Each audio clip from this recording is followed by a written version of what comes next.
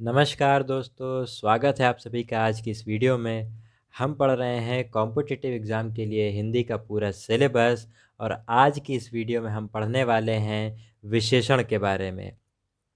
विशेषण के साथ ही साथ हम पढ़ेंगे विशेष्य क्या होता है, प्रविशेषण क्या होता है, इनकी परिभाषा क्या होती है, इनके प्रकार क्या है, क्या संबंध है आखिर विशेषण, विशेष्य और प्रविशेषण में, इन सभी चीज़ों को हम आज की इस वीडियो में पढ़ेंगे।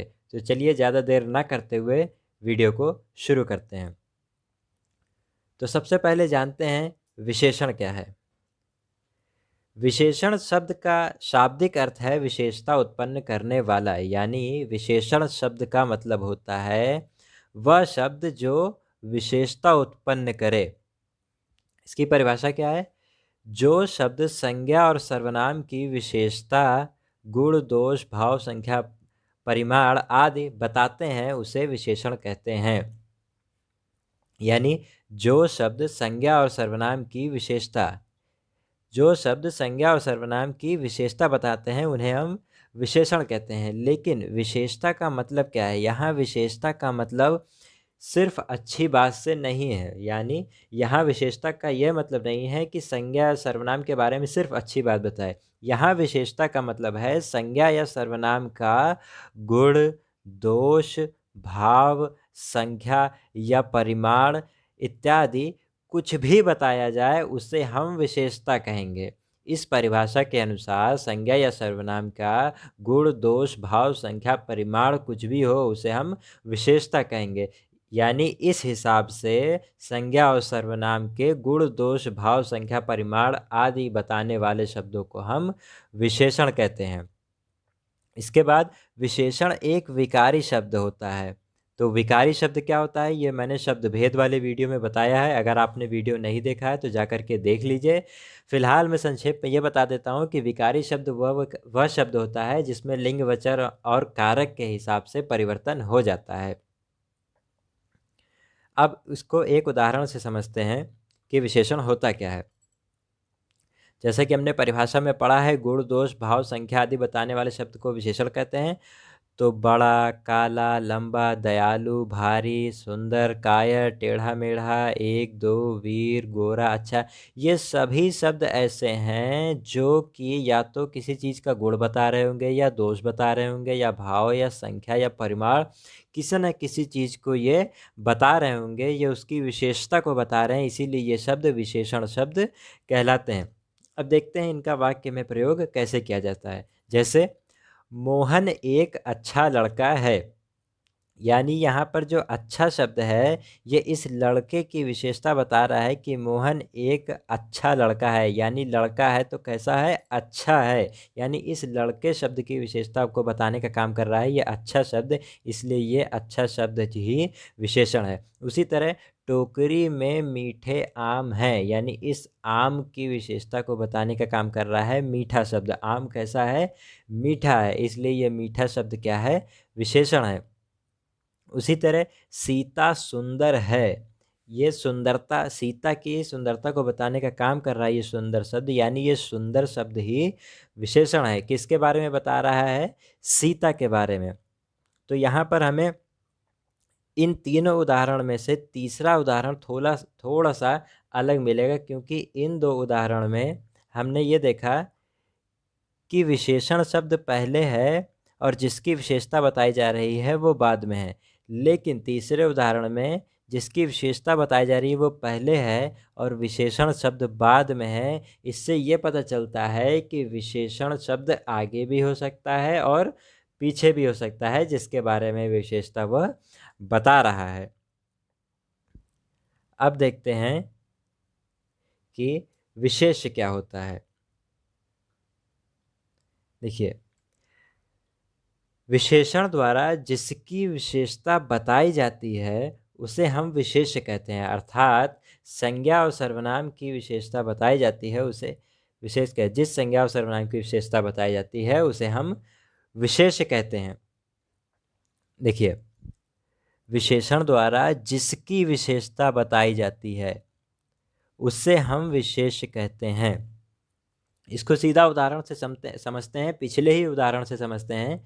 मोहन एक अच्छा लड़का है। इस वाक्य में अच्छा शब्द विशेषण है, जैसा कि हमने पिछले उदाहरण से समझा था कि अच्छा शब्द इस लड़के की विशेषता बता रहा है, इसलिए यह विशेषण है। ये अच्छा शब्द विशेषण है क्योंकि यह इस लड़के की विशेषता बता रहा है। लेकिन यह विशेषण शब्द जिसकी विशेषता बता रहा है उसे हम विशेष्य कहते हैं। यानी यह अच्छा किसकी विशेषता बता रहा है? लड़के की विशेषता बता रहा है कि लड़का कैसा? अच्छा लड़का। इसलिए ये लड़का जो है ये विशेष्य कहलाएगा। यानी अच्छा शब्द विशेषण है और लड़का विशेष्य है। उसी तरह टोकरी में मीठे आम हैं, तो मीठे शब्द जो कि एक विशेषण है क्योंकि यह विशेषता बता रहा है, लेकिन यह विशेषता बता किसकी रहा है? ये विशेषता बता रहा है आम की, कि मीठे क्या है? मीठे आम है, इसलिए आम विशेष्य कहलाएगा और मीठे विशेषण कहलाएगा।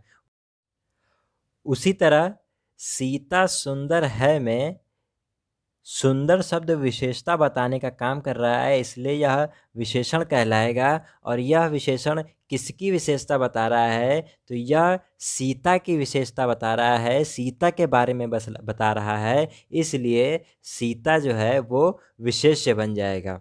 तो इसी उदाहरण से हमने समझा कि विशेषण और विशेष्य में क्या अंतर होता है और उन दोनों में आपस में संबंध भी क्या होता है। आइए अब समझते हैं कि प्रविशेषण क्या होता है। तो सबसे पहले परिभाषा देखते हैं।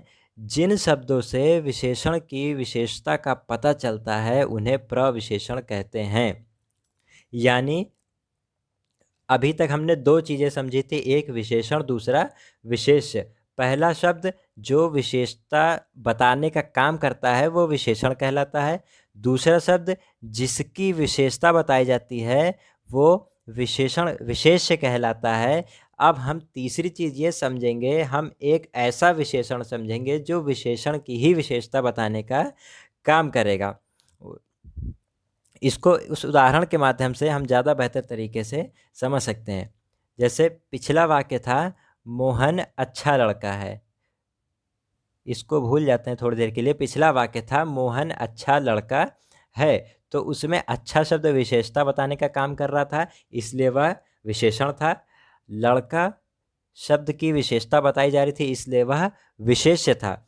लेकिन इसी में अगर हम यह कहें कि मोहन बहुत अच्छा लड़का है, तो अच्छा शब्द विशेषण, लड़का शब्द विशेष्य, लेकिन बहुत शब्द जो है वो इस अच्छे की भी विशेषता बता रहा है, इसलिए इसको हम प्रविशेषण कहते हैं। यानी जो शब्द विशेषण की भी विशेषता बता दे उसको हम प्रविशेषण कहते हैं। यानी इस उदाहरण में इस अच्छे की विशेषता बताई जा रही है कि कितना अच्छा, बहुत अच्छा, इसलिए यह बहुत प्रविशेषण कहलाएगा। उसी तरह दूसरे उदाहरण में टोकरी में कम मीठे आम हैं, तो मीठे शब्द तो विशेषण हो गया क्योंकि यह विशेषता बता रहा है, लेकिन इस विशेषण की भी एक विशेषता है कि मीठे लेकिन कम मीठे, तो यह कम शब्द प्रविशेषण कहलाएगा। उसी तरह सीता, पिछले हमने जो वाक्य देखा था उसमें लिखा था सीता सुंदर है, लेकिन यहाँ पर लिखा हुआ है सीता अत्यंत सुंदर है। यानी इस सुंदर शब्द की भी विशेषता बताई जा रही कि कितना सुंदर, अत्यंत सुंदर, तो यह प्रविशेषण कहलाएगा। यानी वे शब्द जो विशेषण की भी विशेषता बता दें उनको हम प्रविशेषण कहते हैं। उम्मीद है आपको ये तीनों चीज़ें समझ में आई होंगी कि विशेषण क्या होता है, विशेष्य क्या होता है और प्रविशेषण क्या होता है, क्योंकि इस उदाहरण में हमें तीनों ही चीज़ें देखने को मिली है। लड़का, विशेष्य, अच्छा, विशेषण, बहुत, प्रविशेषण। उसी तरह आम, विशेष्य, मीठे, विशेषण, कम, प्रविशेषण। उसी तरह सीता, विशेष्य, सुंदर, विशेषण और अत्यंत, प्रविशेषण। यानी इस उदाहरण से हमने विशेषण, विशेष और प्रविशेषण तीनों ही चीज़ों को समझा। और तीसरे उदाहरण से हमको एक बात और समझ में आती है कि विशेषण प्रविशेषण और विशेष्य का कोई फिक्स ऑर्डर नहीं है। ये कंपलसरी नहीं है कि पहले प्रविशेषण आएगा, उसके बाद विशेषण आएगा, फिर हमारा विशेष्य आएगा। कोई भी चीज़ कभी भी आगे पीछे हो सकती है। ये बात हमें खुद से समझनी है कि कौन सा शब्द विशेषता बता रहा है, किसकी विशेषता बताई जा रही है और कौन विशेषण की विशेषता बता रहा है। अब देखते हैं कि विशेषण के प्रकार कितने हैं। तो देखिए, विशेषण के मुख्य तरह से 4 प्रकार हैं। एक गुणवाचक, संख्यावाचक, परिमाणवाचक और सार्वनामिक विशेषण। लेकिन संख्यावाचक में 2 और पार्ट हो जाते हैं, जिन्हें हम निश्चित संख्यावाचक और अनिश्चित संख्यावाचक कहते हैं। उसी तरह परिमाणवाचक में 2 भाग हो जाते हैं, निश्चित परिमाणवाचक और अनिश्चित परिमाणवाचक। आइए अब इसी को अब हम डिटेल में समझते हैं। तो सबसे पहला है गुणवाचक विशेषण। गुणवाचक विशेषण क्या है? जो शब्द संज्ञा या सर्वनाम के गुण या दोष के रूप की विशेषता बताते हैं, उन्हें गुणवाचक विशेषण कहते हैं। यानी कि वे शब्द जो संज्ञा या सर्वनाम के गुण या दोष के रूप के बारे में हमें बताते हैं। 2 चीज़ें समझने वाली हैं, संज्ञा या सर्वनाम के गुण या फिर दोष के विशेषता हमको जो बताते हैं, उनको हम गुणवाचक विशेषण कहते हैं। गुणवाचक का मतलब गुण से हमें ये बिल्कुल भी मतलब नहीं निकालना है कि गुण का मतलब सिर्फ अच्छी बातों से है। गुणवाचक विशेषण में गुण या दोष दोनों की ही बात की जा सकती है। गुण या दोष दोनों की ही बात की जा सकती है, बस संख्या या परिमाण की बात नहीं की जाएगी। उदाहरण के लिए, कालिदास विद्वान व्यक्ति थे। तो विद्वान शब्द विशेषता बताने का काम कर रहा है कि कैसे व्यक्ति थे, विद्वान व्यक्ति थे। उसी तरह वह लंबा पेड़ है, तो पेड़ कैसा है, लंबा, यानी लंबा शब्द क्या बता रहा है, विशेषता, यानी यह गुणवाचक विशेषण है। उसी तरह उसने सफ़ेद कमीज पहनी है, तो कमीज कैसे पहनी है, सफ़ेद, तो यह कमीज के गुण के बारे में बता रहा है कि कैसी सफ़ेद। उसी तरह मंजू का घर पुराना है, तो इस घर की विशेषता बताई जा रही, घर कैसा है, पुराना है। अब यह बात बिल्कुल भी मायने नहीं रखती कि घर की कुछ अच्छी गुण के बारे में ही बताया जाए। घर पुराना है, बस उसके बारे में बताना है, वह गुण भी हो सकता है, वह दोष भी हो सकता है। उसी तरह यह ताज़ा फल है, फल कैसा है, ताज़ा है, यानी ताज़ा शब्द क्या बता रहा है, उसके गुण के बारे में बता रहा है। उसी तरह फर्नीचर कैसा है, पुराना है, या पुराना शब्द फर्नीचर के गुण के बारे में बता रहा है, इसलिए हम इसे गुणवाचक विशेषण कहते हैं। अब ये गुणवाचक विशेषण के रूपों के कुछ उदाहरण हैं। जैसे समय संबंधी गुणवाचक विशेषण में नया, पुराना, ताज़ा, वर्तमान, भूत, भविष्य, इन शब्दों का प्रयोग किया जा सकता है। उसी तरह स्थान संबंधी लंबा, चौड़ा, ऊंचा, नीचा, सीधा, बाहर, भीतरी आदि। उसी तरह आकार संबंधी गोल, चौकोर, सुडौल, पोला, सुंदर आदि शब्दों का प्रयोग किया जाता है। उसी तरह दशा संबंधी दर्शाने के लिए हम दुबला, पतला, मोटा, भारी आदि शब्दों का प्रयोग करते हैं, और गुणों को बताने के लिए भला, बुरा, उचित, अनुचित आदि शब्दों का प्रयोग करते हैं। ये सभी शब्द का प्रयोग हम गुणवाचक विशेषण के रूप में करते हैं। आप इनका स्क्रीनशॉट लेकर के इसको एक बार अच्छी तरीके से देख सकते हैं। अब देखते हैं, दूसरा है हमारा संख्यावाचक विशेषण। तो संख्यावाचक विशेषण में आइए सबसे पहले इसकी परिभाषा को समझते हैं। संख्या की विशेषता का बोध कराने वाले शब्दों को संख्यावाचक विशेषण कहते हैं, अर्थात जिन संज्ञा और सर्वनाम शब्दों से प्राणी, व्यक्ति, वस्तु की संख्या का विशेषता का पता चले उसे संख्यावाचक विशेषण कहते हैं। यानी कि ऐसे विशेषण शब्द जो संज्ञा या सर्वनाम की संख्या के बारे में हमें जानकारी प्रदान करते हों, ऐसे विशेषण को हम संख्यावाचक विशेषण कहते हैं, जो कि हमें संख्या की विशेषता का बोध कराते हैं। उदाहरण से समझते हैं। उदाहरण को समझने से पहले आइए ये समझ लेते हैं कि यह होते कितने प्रकार के हैं, और फिर उनके उदाहरण को हम देख करके ज़्यादा बेहतर तरीके से समझ पाएंगे। तो ये 2 तरीके का होते हैं। पहला है निश्चित संख्यावाचक।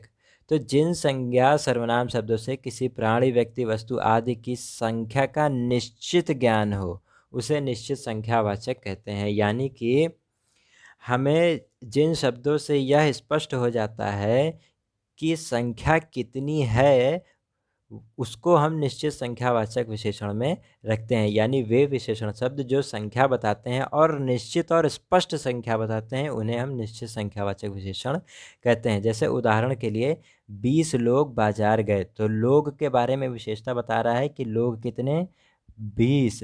पहले तो ये संख्यावाचक विशेषण हो गया, और 20 एक फिक्स नंबर है, एक निश्चित संख्या है, इसलिए हम इसको निश्चित संख्यावाचक विशेषण कहेंगे। उसी तरह सभा में 30 लोग उपस्थित थे, तो लोगों की विशेषता हो गई कि कितने लोग थे, 30 लोग थे। 30 यानी संख्यावाचक, क्योंकि यह एक संख्या बता रहा है, और ये 30 एक निश्चित संख्या है, एक फिक्स संख्या है, इसलिए इसको हम निश्चित संख्यावाचक कहेंगे। अब देखते हैं अनिश्चित परिमाण। ये गलत हो गया, ये परिमाणवाचक नहीं, ये संख्यावाचक होगा। अब देखते हैं अनिश्चित संख्यावाचक। जिन शब्दों से संज्ञा और सर्वनाम की निश्चित संख्या का बोध ना हो उसे अनिश्चित संख्यावाचक विशेषण कहते हैं। यानी ऐसे विशेषण शब्द जो संख्या तो बताते हैं लेकिन वह संख्या निश्चित ना हो करके अनिश्चित होती है, तो ऐसे विशेषणों को हम अनिश्चित संख्यावाचक विशेषण कहते हैं। उदाहरण के लिए कुछ लोग बाजार गए, यानी बाजार में गए लोगों की संख्या है, लेकिन कितनी है इस बारे में निश्चित जानकारी नहीं मिली, ये अनिश्चित है। सिर्फ ये पता चल पा रहा है कि कुछ लोग गए, इसलिए इसको हम अनिश्चित संख्यावाचक विशेषण कहते हैं। उसी तरह सभा में कम लोग उपस्थित थे। अब यहाँ पर लोग के बारे में बता रहा है हमें कि कम लोग गए थे, यानी कि यह कम शब्द यह नहीं बता पा रहा है कि स्पष्ट रूप से कितने लोग थे, या यह तो बता रहा है कि कुछ लोग हैं, यानी संख्या है वहाँ पर, लेकिन यह स्पष्ट नहीं हो पा रहा है, यह अभी अनिश्चित है कि संख्या कितनी है, इसलिए इसको हम अनिश्चित संख्यावाचक विशेषण कहते हैं। अब देखते हैं परिमाणवाचक विशेषण। देखिए परिमाण का अर्थ होता है मात्रा, यानी कि क्वांटिटी। जो विशेषण संज्ञा या सर्वनाम की मात्रा या नाप तौल के परिमाण की विशेषता बताएं उसे हम परिमाणवाचक विशेषण कहते हैं। यानी कि जो विशेषण संज्ञा या सर्वनाम की मात्रा के बारे में, मात्रा या नाप तौल के बारे में जानकारी देते हैं, उनको हम परिमाणवाचक विशेषण कहते हैं। इसके भी दो प्रकार हैं, आइए उसको जानते हैं। सबसे पहला है निश्चित परिमाणवाचक विशेषण, जहाँ पर वस्तु की नाप तौल का निश्चित ज्ञान हो, यानी जहाँ पर हमें वस्तु के मात्रा के बारे में निश्चित जानकारी हो, उसे हम निश्चित परिमाणवाचक विशेषण कहते हैं।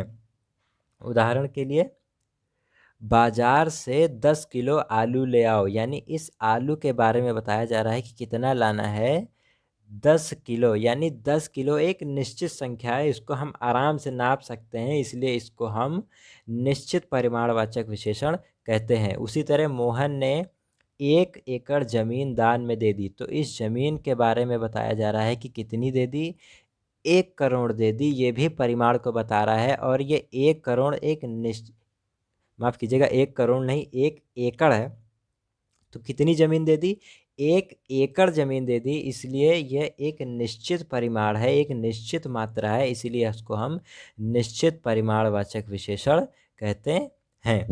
दूसरा है अनिश्चित परिमाणवाचक विशेषण, यानी जहाँ पर वस्तु की नाप तौल का निश्चित ज्ञान ना हो।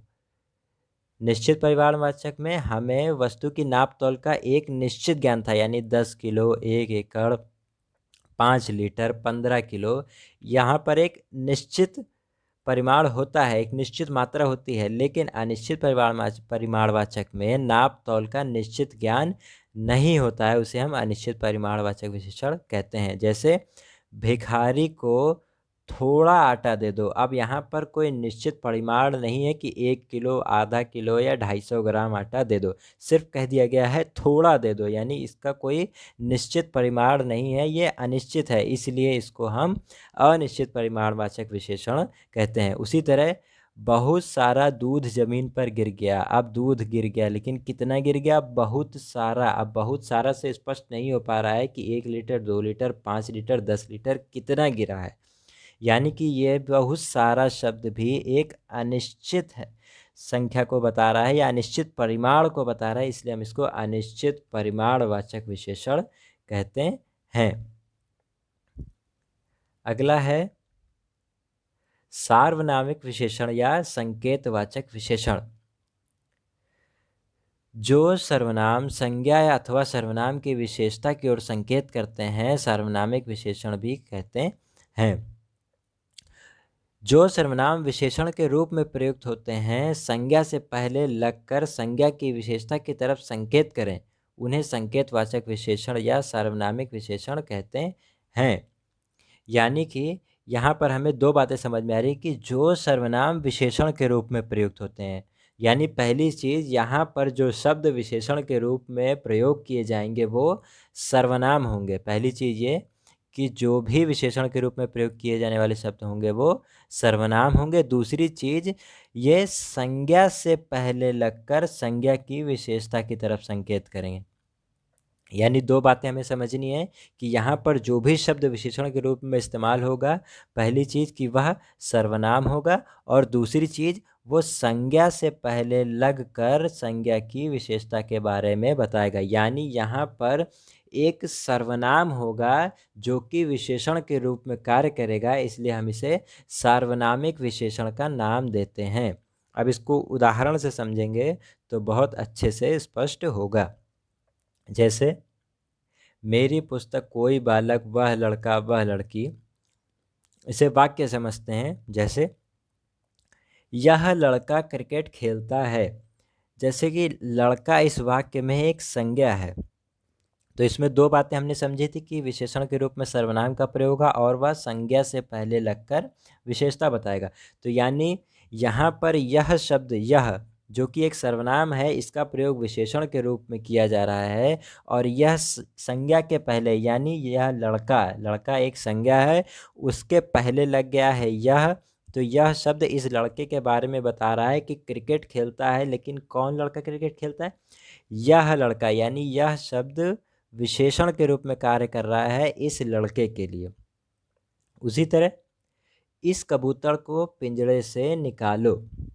इस शब्द भी हम जानते हैं एक सर्वनाम है, कबूतर एक संज्ञा है, तो इस संज्ञा से पहले यह सर्वनाम लगा है और इस कबूतर के बारे में विशेषता बता रहा है इस शब्द, यानी ये शब्द कबूतर के बारे में विशेषता बताने का काम कर रहा है, इसलिए यह सार्वनामिक विशेषण कहलाएगा। उसी तरह उस गेंद को ले आओ। गेंद एक संज्ञा शब्द है और उसके पहले उस शब्द का प्रयोग, गेंद के पहले उस शब्द का प्रयोग हुआ है जो कि सर्वनाम है, और ये गेंद के बारे में ही बता रहा है। उस शब्द जो है वो गेंद के बारे में ही बता रहा है कि गेंद, कौन सी गेंद? उस गेंद को ले आओ, इसलिए इनको हम सार्वनामिक विशेषण कहते हैं। तो यहाँ पर विशेषण का अध्याय खत्म होता है। इस वीडियो में हमने विशेषण, विशेष और प्रविशेषण और साथ ही साथ विशेषण के प्रकार के बारे में जाना। तो आशा करता हूँ कि आपको आज का ये वीडियो पसंद आया होगा। तो अगर आपको ये वीडियो पसंद आया है तो प्लीज़ वीडियो को लाइक करें, शेयर करें और चैनल को सब्सक्राइब कर लें, जिससे आपको आने वाली वीडियोज़ की सारी नोटिफिकेशन मिलती रहे। तो चैनल में अपना समय देने के लिए बहुत बहुत धन्यवाद।